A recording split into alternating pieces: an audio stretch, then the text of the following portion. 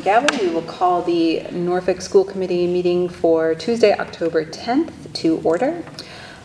We will begin the meeting, as we do all of our meetings, with the mission statement. The Norfolk Public Schools offers a safe, joyful, and challenging learning environment that meets the needs of our diverse students. Through school, family, and community partnerships, we provide an education that inspires lifelong learners and cultivates caring and productive citizens of our ever-changing world. Roll call, please. Lauren Vivas. Grace Lockhead. Lisa Sheldon. Jennifer Wynn. Medora Champagne. Ingrid O'Larney. Victoria Saldana. Okay. So the first order of business, as always, is public comment. I don't think we had anybody sign up. I think we have one not interested in commenting. Okie dokie. So moving on. Second item is correspondence, of which we also have none. So we are flying. And then the school committee chair report will be extraordinarily brief. We have two sort of cleanup items from our last meeting, just due to some technical issues. We had a school gift fund that hadn't been marked for a vote, and we did not technically vote on the superintendent's evaluation. We discussed it at length and went over all the documentation. So we have the two school gifts from last meeting, which are $1,000 each to HOD and FK from the 6th grade promotion committee, and then $1,000 from CPAC to the district for eye care books in honor of Linda Balfour's recent retirement, for a total of $3,000 in gifts to the district. So we would just be looking for a vote to approve the gifts as stated. I'll move to approve the gifts as stated. I'll second. All right, any further discussion? I'm just curious, where does the money go into, like the general fund, the 6th grade promotion? Where does that go to? Like, does that go into a separate bank account, or does that It doesn't go into the general fund. My guess is I would have to check whether that's targeted for any specific purpose. Okay. Most likely it goes into the gift account, but I'll have to confirm. I was just curious. I was like, where does the money go? Yeah, I don't recall them typically making gifts to each full building, so yeah. I don't know if it's targeted. I'd have to check on that. The CPAC money it goes directly to the library to purchase those materials for the eye care program. Okay, thanks. Sure. Okay, any further discussion? Seeing none, all those in favor? Aye. Aye. And thank you very much to the 6th grade promotion committee, I think, / PTO, I think those two things are the same, and then the CPAC as well. The second item under the school committee chair report is Dr. Alardi's evaluation. So again, just to refresh everyone's recollection, we reviewed this at our last meeting, and it is an aggregate of the individual evaluations provided by all of the committee members. So we would just be looking for a vote to approve the superintendent's evaluation that was discussed more thoroughly at our last meeting. That is also part of this packet. So moved. Second. Any further discussion? Nope. Seeing none, all those in favor? Aye. Aye. Motion passes. And I believe On to the next. it is on to Ingrid. Okay. We have a few items tonight. The first thing in your packet was the Norfolk Public Schools Code of Conduct. We have reviewed this and in prior meetings. We review it annually and update and make changes. What I'm bringing to you tonight are some additions and changes made to the Code of Conduct based on changes in the student discipline law in Massachusetts last year. There are changes to requirements around student suspension. And at this point, you can only suspend students from school for violations of Chapter 37H, which would be weapons possessions, drug possessions, or assault. Absent those violations, the district's required to try alternate modes of discipline and methods for re-engaging students in their education. So that had to be reflective in the narrative around suspension. We are also in the process of going through our coordinated program review, which I'll update you on a little bit later. But that is a compliance review for all recipients of state and federal grants. It's a civil rights review, and so there's some components from the civil rights law that we should be incorporating in our handbook. So we're required to have the non-discrimination statement at the bottom of the front cover of the handbook. There are also, in terms of other changes in here, your changes should be in red when you're looking at it online. We did add the non-discrimination statement to the context of the body of the Code of Conduct. There are also some special protections for students with disabilities when we are looking at disciplinary action involving suspension, especially suspension over 10 days. We're required to convene a team to determine if the behavior the child's being disciplined for is a direct result of their disability. And so it's called a manifestation hearing, and then we have to provide alternative education opportunities during the period of time they're suspended. So those additional protections are in the appendices and in policy, but we have incorporated them in the body of the handbook. Other than that, there's just a couple of typo corrections, but the primary changes are the changes reflect the changes in discipline law as well as our requirements to meet the requirements of the civil rights regulations. Happy to take any questions on the Code of Conduct. I really like the way it levels out, like the different levels and the asterisks next to it. I saw some of the changes in that too. Yeah, there's a couple of ones that, and those are also the changes. There were things that we would have considered suspension before that are not suspendable. Right. So there were a couple of minor changes in that. But I think it helps the way that we've structured this. It gives a range of consequences that are appropriate so that we can take into consideration the context of the situation. And again, as an elementary district, our approach to discipline is educational. We want kids to learn from the choices they make and how to make better choices in the future. So all of the disciplinary actions are also supposed to have an educational component to try to shift and give kids better strategies for dealing with things in the future. So again, happy to take any further questions, but I would need a motion from the committee to approve the changes to the Code of Conduct, and then we will resend this out to families. We typically do that in the beginning part of the school year and update the version that's online. Can we get such a motion? So moved. Second. All right. Any further discussion? All those in favor? Aye.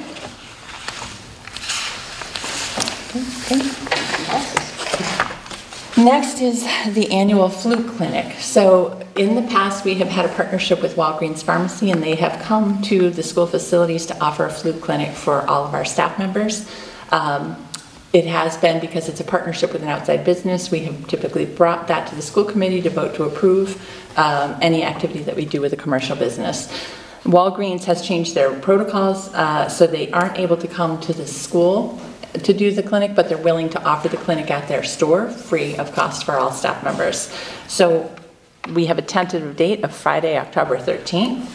And per the policy, I'm just asking the school committee to vote to approve the partnership with Walgreens to offer the flu clinic to Norfolk educators.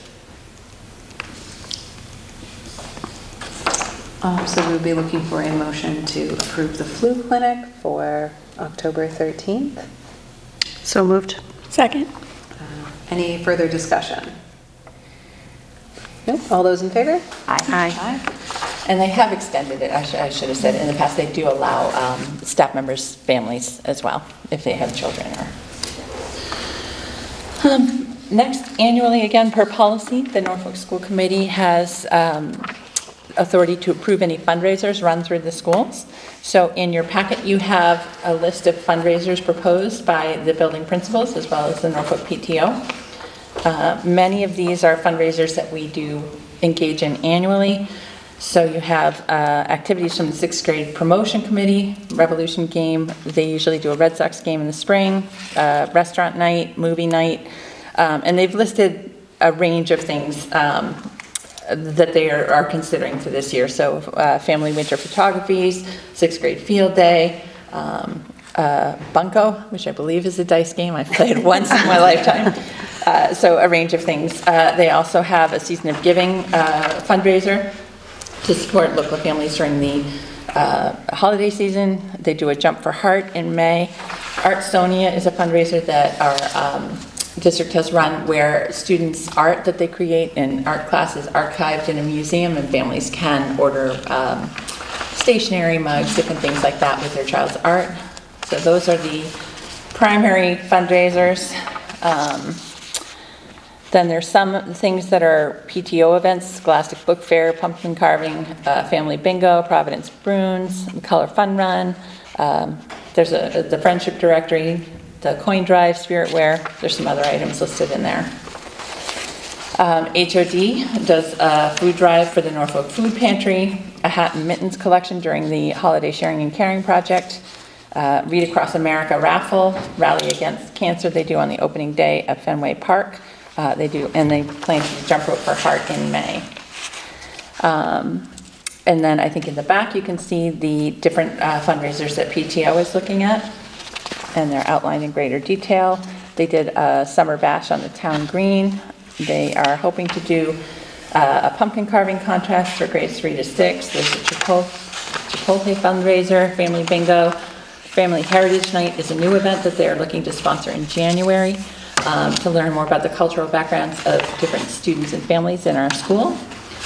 Coin drive, Providence Bruins trivia. The kids love the trivia after school. Color Fun Run, a Kentucky Derby fundraiser, which is new this year. That's for adults. That's for adults, yeah. Okay, Jen. Thank you for clarifying. No children. So we're looking for a motion to approve the anticipated fundraisers. It's easier than bringing you fundraisers each month, and that way they can plan and kind of pace things. The feedback we've gotten from parents is if we can pace those over the year and not have everything all at once, it helps. So it helps to be able to plan ahead. So looking for a motion to approve the proposed fundraisers. I'll make a motion to approve the proposed fundraisers as stated in the packet. I'll move, second. Okay, any further discussion? Just a question. So these are examples. So does that mean that it's like a la carte? They'll pick things that are on here potentially or not? It just The only feels. ones that are examples are the 6th grade promotion committee, and they list, these are the ones they're anticipating. Okay. They may or may not do all of them, but these are things that they have done in the past. The other ones are planned fundraisers. Are planned, right. Okay. And so will they make sure that they don't overlap with other things? They do the best that they can. Okay. Sometimes some of the food drive and the hat and some of the holiday things overlap, but they do try to pace them as best they can throughout the course of the year. Okay, because I know there's some confusion around, going to people all a lot. So, I will talk with the Freeman principal around the 6th grade promotion and just see if they can spread those in context with the other events that are planned. And with a 5th grader now, I'm starting to see that, and it's all coming at me at once. The good thing is that they transitioned the 6th grade promotion committee to working under the auspices of the PTO. Okay. And so I think there'll be better coordination of events by that, by nature of that being part of the PTO's other scope. Awesome. I just had a question. Last year we did a fundraiser for Ukraine. We did. And so now that there's another humanitarian crisis in Israel, what's our stance? I don't know if it's an answer that we come up with tonight, but should we talk about when we do a fundraiser for something, when we don't, when the school should say something, or if there's organizations like the Red Cross we go to, just so we're consistent globally. We can certainly put that on a future agenda and have further conversation. Typically, we have not done school-sponsored fundraisers for world events. We did for Ukraine because it was student proposed. Okay. It generated from a class that brought it forward, and then we did coordinate that.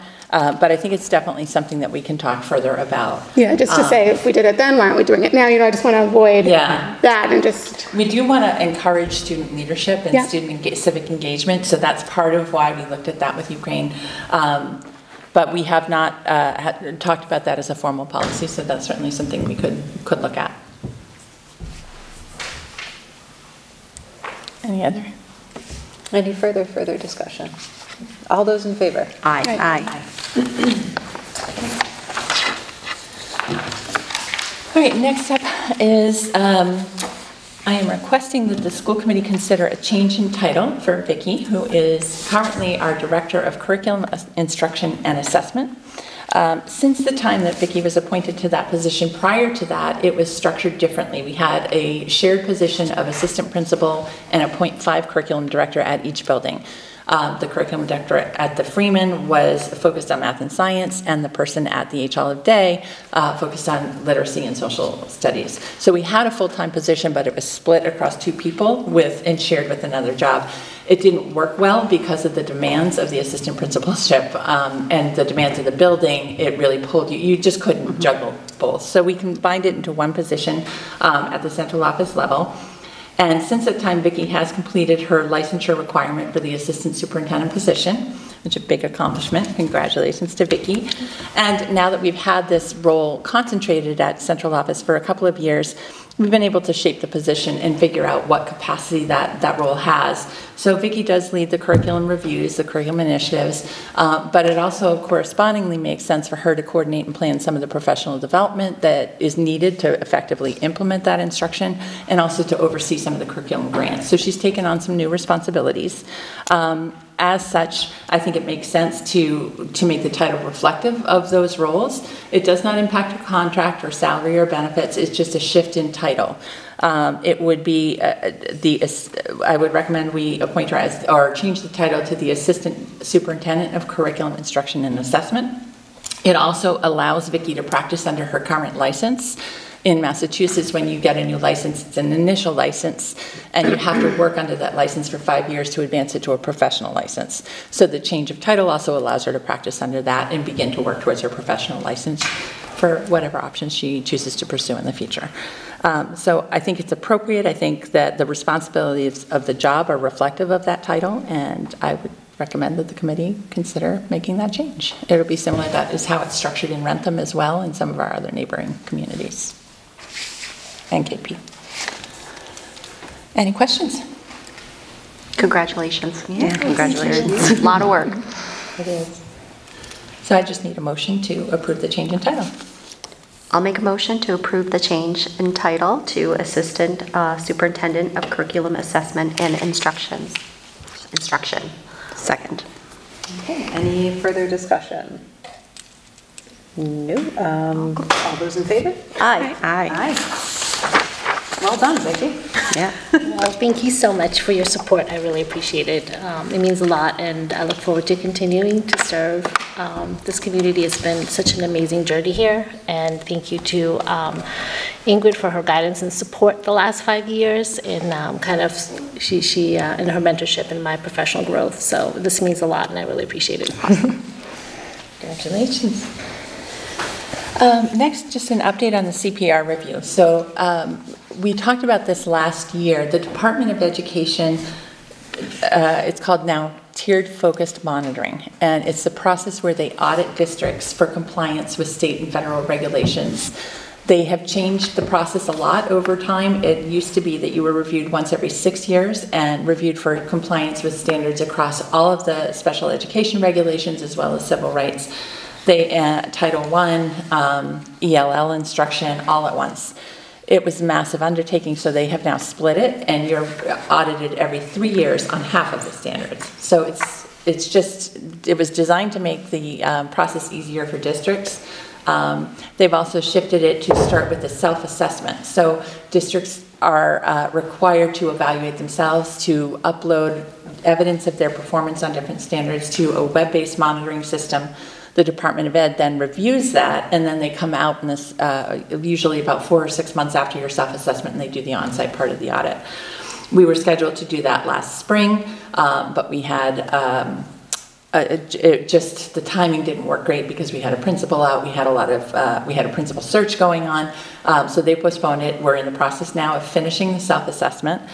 I would say feedback, not just in Norfolk, but across the board, has been that DESE's efforts to make this more user-friendly have maybe fallen a little short of the goal. It's still about 200 to 300 hours of work on the district's part to document compliance to all the regulations. What we are being evaluated on, we're in Group B, which means we completed the tiered focus monitoring for ELL instruction for Title I and for special education 3 years ago. This year is the remaining special education standards and all of the Title I, all of the civil rights regulations. So it is selected standards under the Americans with Disabilities Act, or Section 504.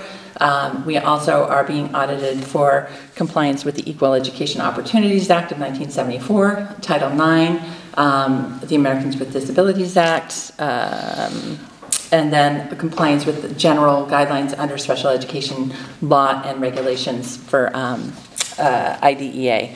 So we have basically completed, I think Anna's finishing her final phase of the self-assessment.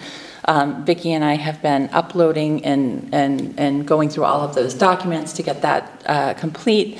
We expect to submit on Thursday our self-assessment.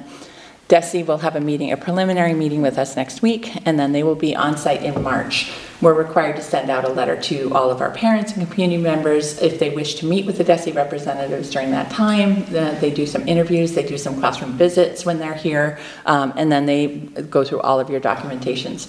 We are considered to be a Tier 1 district right now, which means that we haven't had findings in the past. We've done really well, so we're considered a low-risk district. I expect that again, we have most of these things in place, so I think we're in good shape for this audit. We will receive a draft report after they complete the site visit in March, and then it will be published, the final report. I'll bring that to the committee, and we are required to make copies of it available in the library and on the website and in other locations. So just wanted to let you know that that's where we are. Any questions on tiered focus monitoring? I'm just curious, Ingrid, like, do they tell you what they want right before? I'm just wondering, can you, in the future, like what I do when I have to upload all my, when I know that it's something good, I upload it right then and there, so that way in May, I have everything. This is it's a pretty comprehensive book. This is all the standards and all the documents that we have to upload. You can't really do things in advance. You have to upload your there's a lot of current data. We have to do a self-assessment of how we evaluate programs for bias and for equitable access for all students. So most of these things have to be timely. We can't update policy in advance because we're voting on a change to a policy tonight. Right. So it really can't be done that far ahead of time. And they want data from the current year they're reviewing. So you have to look at student achievement data. The good thing is we have an active policy committee. So as laws change, we regularly meet and update. So most of our policies are compliant, but a lot of this has to be generated in a timely way. So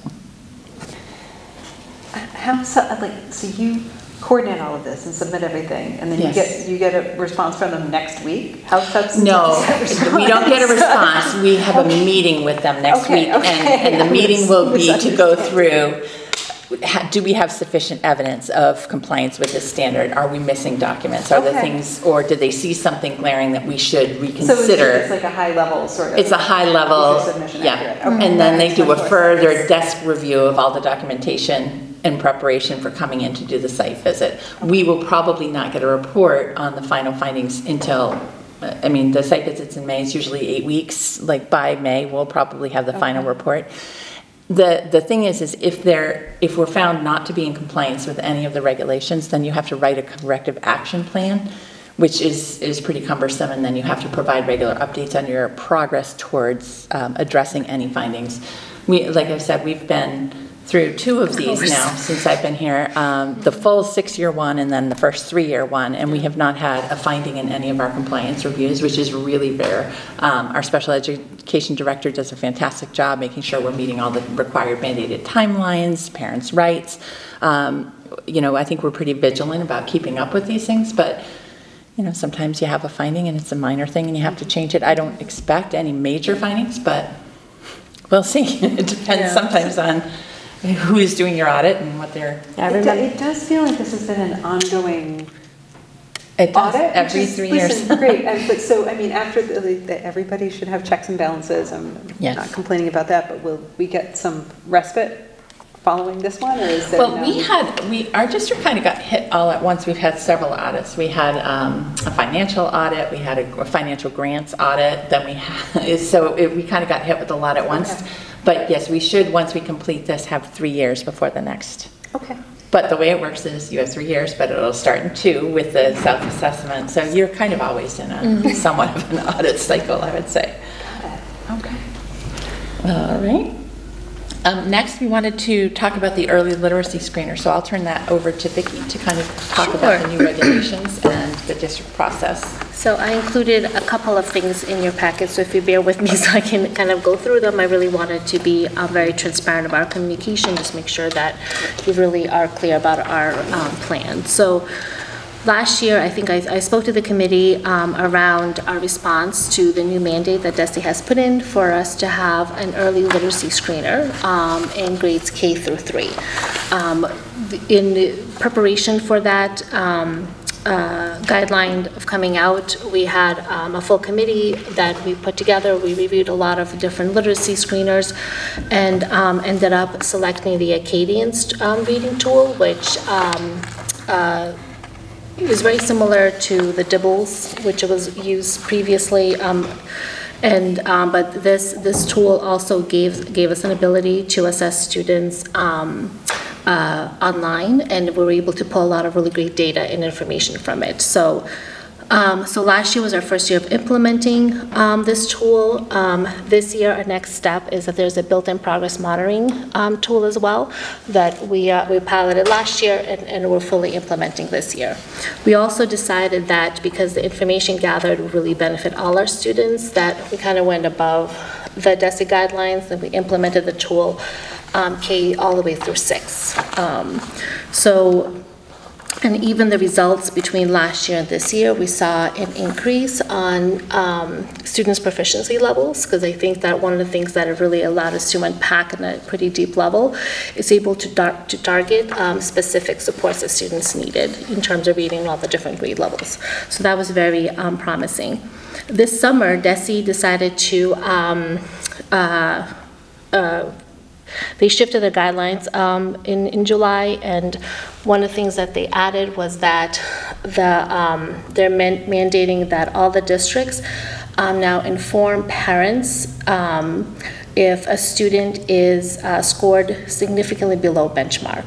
So this is a new guideline. They were very specific about how that information should be coming out. It wasn't really well advertised. I think they kind of shifted the guidelines, and the guidelines themselves are like, it's like a book. It's like many pages, you know, it was like one of the things. So in response to that, with the guideline coming out, I reached out to our sister districts just to kind of see like what their communication was going to be, because we wanted to make sure that we were kind of consistent and aligned. So the guideline does require that parents receive a letter that says that their student is significantly below grade level and explains like what supports are being put in place, and that the report is also attached.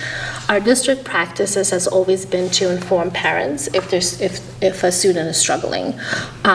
So by now, like any student that needed additional supports has been contacted by a literacy or math specialist. If they are on IEP, they definitely have the liaison has reached out to the family. So the communication has always been really strong. We just never specifically wrote a letter that had to state like your child has, you know what I mean? So that's one of the shifts that we had to implement this year.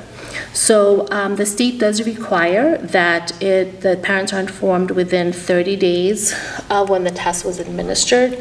But given that this is a pretty new practice for us, and to give our teachers some time just to be able to form like the letter that's going to be sent out, to be able to print the reports that are needed, we're gonna send the communication out from the schools on Wednesday, October 25th. I think that if this guideline continues, we'll definitely be able to sync our communications a little better next fall. But we did, we just wanted to make sure that everybody had an opportunity to kind of reread the new guidelines and make sure that we are really sharing the best information to our families. So in this packet, what I've included is next Wednesday, we're going to send a general letter to to our families, which basically is the next page in your packet, which just kind of talks about what the literacy screener is, and it also adds that there's a new guideline that says that if your child is significantly below benchmark, that you'll be receiving a letter from your child's teacher. I also I put together a brief explanation of what the screeners are, what the different grade levels, which assessments that they are given, how long it takes about, and a brief explanation of what the different assessments measure, just to kind of help parents understand better what is required of the students. Then the following, I've included 2 templates. The first template is basically will be written from the classroom teacher and the literacy specialist, or the classroom teacher and the special educator liaison, which basically explains that as the parent's already been informed, but the student has the student score has been in the significantly below their grade level assessment. It talks about like what our response is, and it also gives an opportunity for parents to be able to reach out if there's any additional questions. I do have to say that we have a small number comparatively of how many students fell in that category. Majority of our students are actually meeting benchmark. So this is going to be a select population, but like I said, I wanted to make sure that the communication was really clear to parents, you know what I mean, exactly, and to reassure them that we already have a lot of the supports already in place. So this is just more like an official letter that the state is requiring us to send. The second letter that I've included, that we do have a couple of students that fell in a category where they really did not score well in the benchmark, but our other assessments are showing that they're like reading above grade level in some cases. So this letter is going to go out to the families just saying like, we understand that your student is scoring, we have to give you this result, but like, please be reassured that we're closely monitoring, but like it just like does not match what the score is. And there's a lot of different reasons. This happened more in first grade, you know what I mean, which is no surprise, you know, even sometimes there is a kid who might have some anxiety, you know what I mean, maybe, and it's timed. So like sometimes if a student asks a question, you know what I mean, the test is going. So there's a lot of different, like attention span, you know, I kind of put some reasons of why the test might not be true representative of the student's score. And of course, our educators will follow up if there's like a concern. We'll be able to look and kind of unpack and, you know, look at the other results. But those are the 2 different letters that a family might receive. Well, one or the other, unless they have multiple. So basically that's our plan for responding to this new added guideline of informing parents. And like I said, our practice has always been that regardless whether the state requires or not, we always let parents know if there's a concern. During our parent-teacher conferences, we always share our different benchmarks that we give. We have regular assessments built in that are district-wide and also that teachers administer, some progress monitoring. So we really are very data-driven. We have regular data meetings monthly at each grade level where we have spent the last 2 years really honing in and on providing the tier 2 level supports for our students. So really pulling in that data, meetings at grade level, unpacking and making a plan for all our students. So not only the ones that fall in the high needs category. So it has, it's been high effort, but it's had a high return for us. So I'm actually very proud of everything that our teachers are doing. They have so much on their plate, but they have really really embraced this data-driven approach that it's just part of our practice. So are there any questions for me? I have a question. Will all parents get to see the report of their child's assessment, or only those who are scoring significantly below? Usually like a screener is really for students that are not, they're kind of skills that you're expecting a student to come in with. So if they do fine, like I think that we have other reports, like when the child gets like their report cards and there's other information that's shared that we don't really share the other reports because there's no concern. Like the child is, you know what I mean? It's just, they're not screened because they're not grade level skills like the other assessments are. It's like a pass fail. Yeah, it's kind of like whether they Criteria. have it, yeah. And so we use a screener at the beginning of the year. We have like a math screener and this literacy screener. We basically want to make sure that if a student is lacking some skills or maybe something they didn't master, the teachers can quickly address it before we kind of get into the content level. Parents can always request any report that they want. So if you want to see your child's report, just email your teacher. We'll be able to print it out for you. It's not, we just didn't feel like it would be, they're not very informative because they're designed, all of our screeners are designed to identify students that are at risk for not making a. So if a student's doing well, it's probably not going to give a lot of detailed information to a parent. But it's more like when October 25th rolls around and you might be expecting that letter and you don't get one, then by process of elimination, you know that you're not. Then there isn't a concern. It's to really screen for kids that are at risk of not making the effective progress we need. But as Vicki said, if a parent has a concern or wants to see a report, you can always ask. It's part of your student's record, and we can certainly provide it. Yeah. And again, like the parents that will be receiving the letter, like when I looked at we did a little double check, like they've already been contacted by a letter. So it's like that nobody, parent would be like, oh my gosh, I didn't realize, or you know what I mean, according to that my student is struggling. Like they've already been contacted, so. What about the kids who are like almost significantly below? Like, you know what I mean? Who are like, you saw something in the screener, but they didn't hit that. Like, how do you make sure they don't fall through the cracks? So they're also receiving supports. So like that's one of the things that we really do for planning. So like I said, because the state is saying that we have to it's just the language of it, you know, but when we, like I said, the data meetings, the first 2 months of school, we use our data meetings to really, like I said, unpack the screener. There's a plan for all students.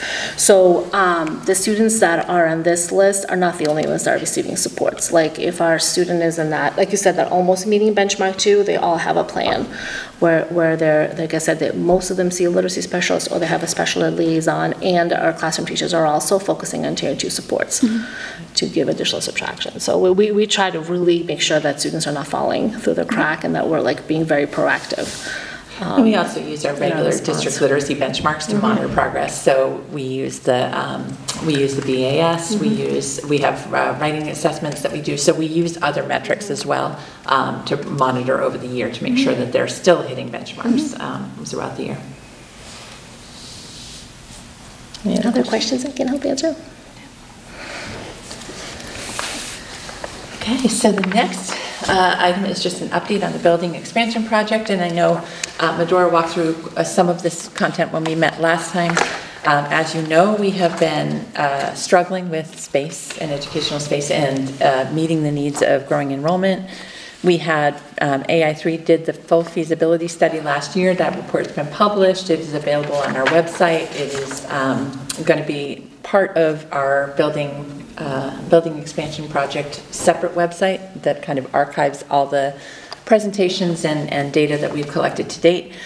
So the next phase that we're entering is to secure funding through the town meeting for the engineering design portion of the project. We have 2 warrant articles that we would like to have on the fall town meeting warrant. We've been working with town council, with the town bond council, because it is a borrowing item, as well as the town administrator, town finance director, our business office, to craft the warrant language. The articles will be submitted by the school committee on behalf of the school committee. So the language for both warrant articles that we discussed is in here. I just wanted you to have a chance to see it. And then I'll seek the school committee's vote to approve the warrant, the language of the warrant articles. Then it will be approved by the select board and the warrant article will be finalized. So the first article, it is in heavily legal language, as you can probably see. But it's the article to allow the town to raise, appropriate, transfer from available funds, or borrow a sum of money to be expended under the direction of the Freeman Kennedy School Building Committee for construction, reconstruction, architectural and engineering services, construction administration, and project management related to the renovation and expansion of the Freeman Kennedy School.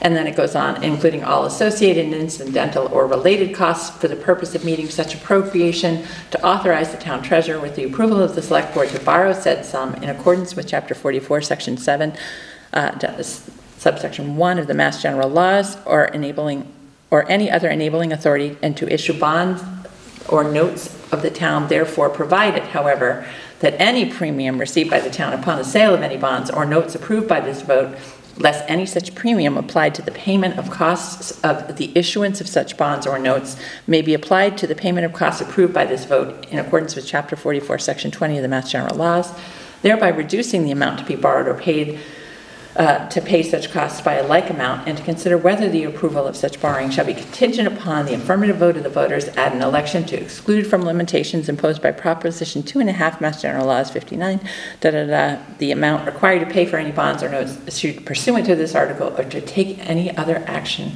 related thereto. So that's the first one, basically allowing the town to borrow the amount of money needed to fund the next phase of the project. The total amount we're seeking at this point is $4,063,016. The breakout of that is that would fund the OPM or project management fee plus a contingency for negotiating that, because we have to bid that portion of the project out. The design services fee, which is the bulk of that, $2,986,000 for basic services, and $350,850 for extra services. There's costs for printing and legal consultation, and then the cost for the town to secure the bonds is what comprises that money. We have been asked to present to the advisory board tomorrow night at 7 o'clock to discuss the warrant articles and any questions the advisory board has in preparation for town meeting. And then there is a community forum scheduled for October 17th next week. And that's open to the public and has been pretty extensively advertised. If the warrant article passes, then the next step is that it has to also go to an election, a special election, and pass at the ballot. We have tentatively scheduled that for January 20th. There would be opportunity for early voting. I think it's for like 5 or 6 days prior to the election day. And Carol will work with anybody who needs mail-in voting to give as many members of the community the opportunity to vote on the project. We have scheduled the election for January because once the select board votes to call an election, they can't cancel it. So if we were to call the election earlier than that, and then this didn't pass that town meeting, we would still have to have the election, and we would have to fund the election. So we are waiting until after town meeting. If it passes at town meeting, we'd ask the select board to call the election, and it would be scheduled for January. There is a second warrant article because of the cost and the scope of the project. In the past, the town has established a building committee to oversee the design, construction, and town spending. So there is a second article that would be submitted to see if the town will vote to establish a Freeman Kennedy School Building Committee to oversee the project according to the town bylaws, and to establish the term and membership of said committee pursuant to the general bylaws in town.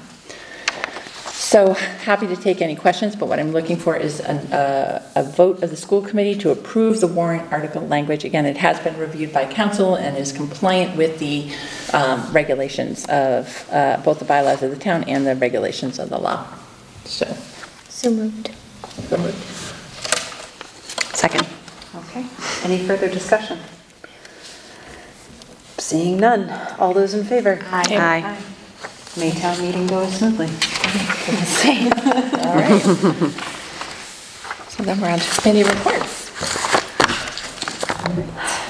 Yes, King Philip. So Dr. Drolet has had a really great start.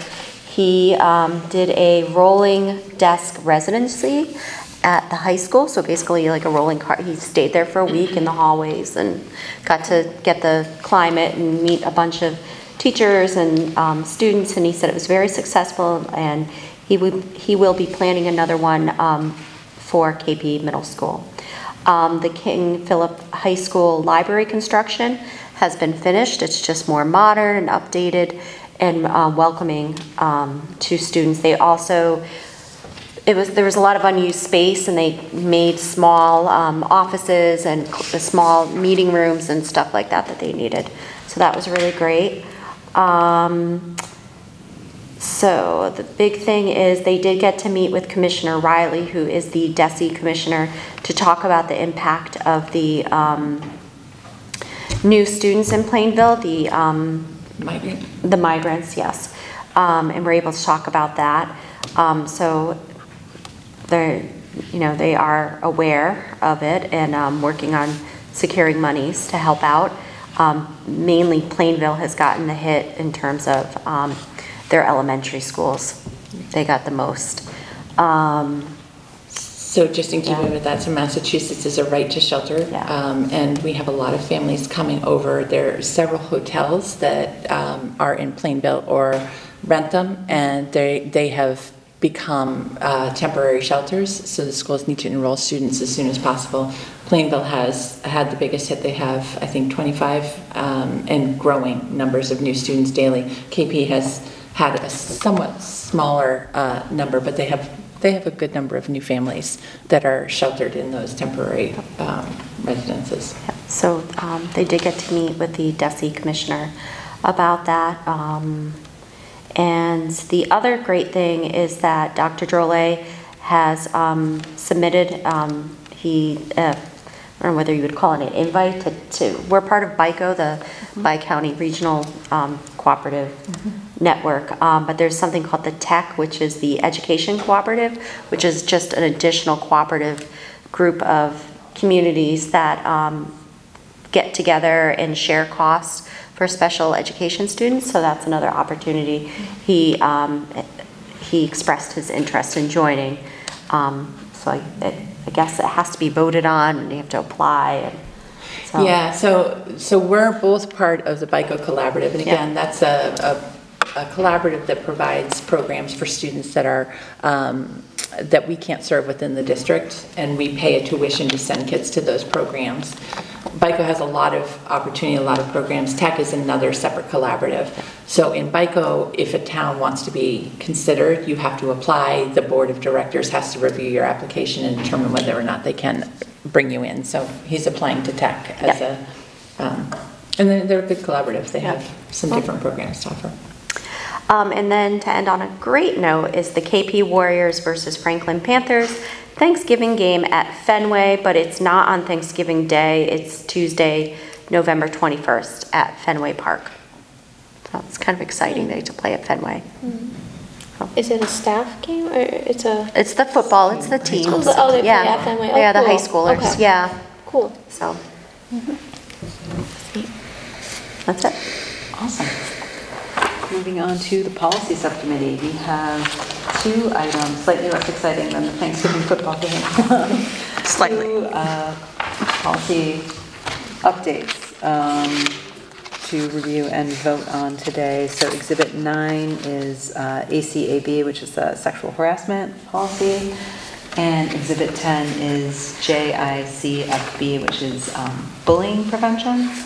So I believe with the sexual harassment policy, it's updated to reflect the mask model policy.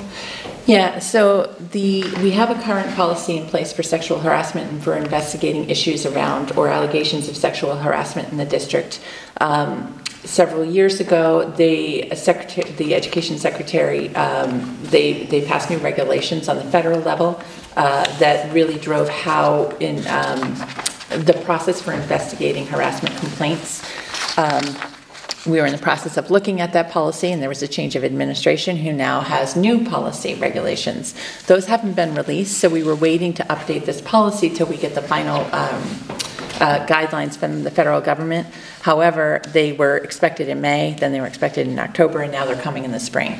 So in the interim, the guidelines that are in this policy are what's currently in force, and so we're recommending that we adopt this policy, knowing that we will likely have to make changes as the new regulations come out, but this is a required policy too for our compliance audit, and so we are bringing forward.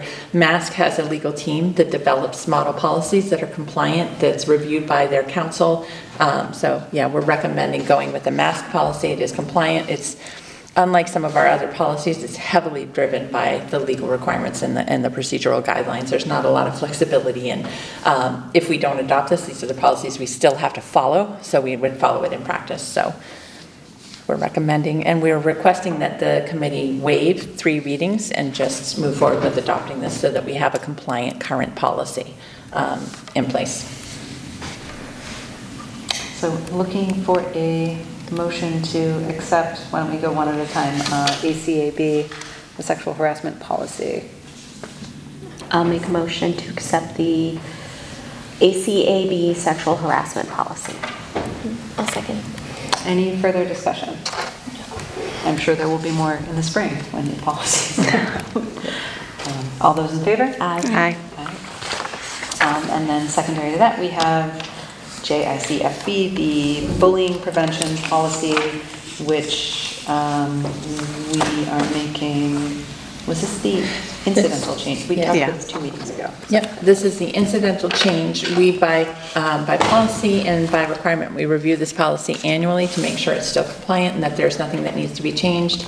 Mask recommended adding to the definition of cyberbullying. And so the only change in this is adding a paragraph. It should be highlighted for you guys in red, but it expands the definitions of cyberbullying to include distribution by electronic means of a communication to more than one person, or the posting of material on an electronic medium that may be accessed by one or more persons if the distribution or posting creates any conditions enumerated in the definition of bullying. And it also includes impersonation, posting information, knowingly impersonating another person as the author of posted content or messages. Other than that, there were no recommended changes to the policy. Right, and it seems to very appropriately move along with everything that everyone has access to. Yeah. All of the social media platforms. So, all right, looking for a motion to approve the updated bullying prevention policy as provided. I'll move to approve the bullying prevention strategy. Second. Any further discussion? All right, all those in favor? Aye. Aye. Aye. We made it, that's it. All right, well, we have one set of meeting minutes to approve, the September 20th, 2023 meeting minutes, which were Exhibit 11. I did my homework in advance of class, but it wants to take 30 seconds through and flag anything inaccurate. Otherwise, we're looking for a motion to approve the minutes. I move to approve the minutes. Second. Any further discussion? None. All those in favor? Aye. Aye. And then last item is our next meeting. That's town meeting. Yeah, so I was going to suggest we move it. We can all be there together since we have the night blocked off. That would be great. So at our next committee meeting, we will also have both building principals coming to present their school improvement plans. They were waiting for the strategic plan to be approved, and then will be presenting. The school committee does have the authority to review and approve their plans, so they'll be coming, and we anticipate presenting the findings of the equity committee audit. So I wonder if we don't, it's going to be a longer meeting, so I don't know if you want to do that the night after town meeting or if we want to look at the following week. We're getting close to the The following week is the Thanksgiving. week of the holiday, is that correct? That's what I'm saying. Yeah. It's a little bit. It's a Monday night, so I don't. So we could do the 15th, the night after town meeting, if that works for people. That's busy for me because my husband's away and I have to pick up at 7:30, but Or we could do the 16th. I was going to that say, night. could we just do or the the 16th. The 16th work? Okay. A Thursday meeting? Yeah. Okay. Perfect.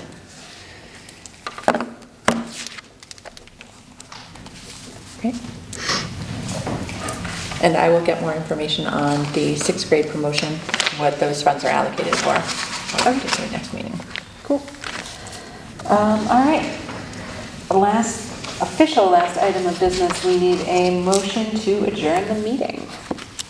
In a 56, not our record, but 56 minutes. All right, motion to adjourn. I'll move to adjourn the meeting. Right, I think we officially need a second. I'll second. Okay. Any further discussion?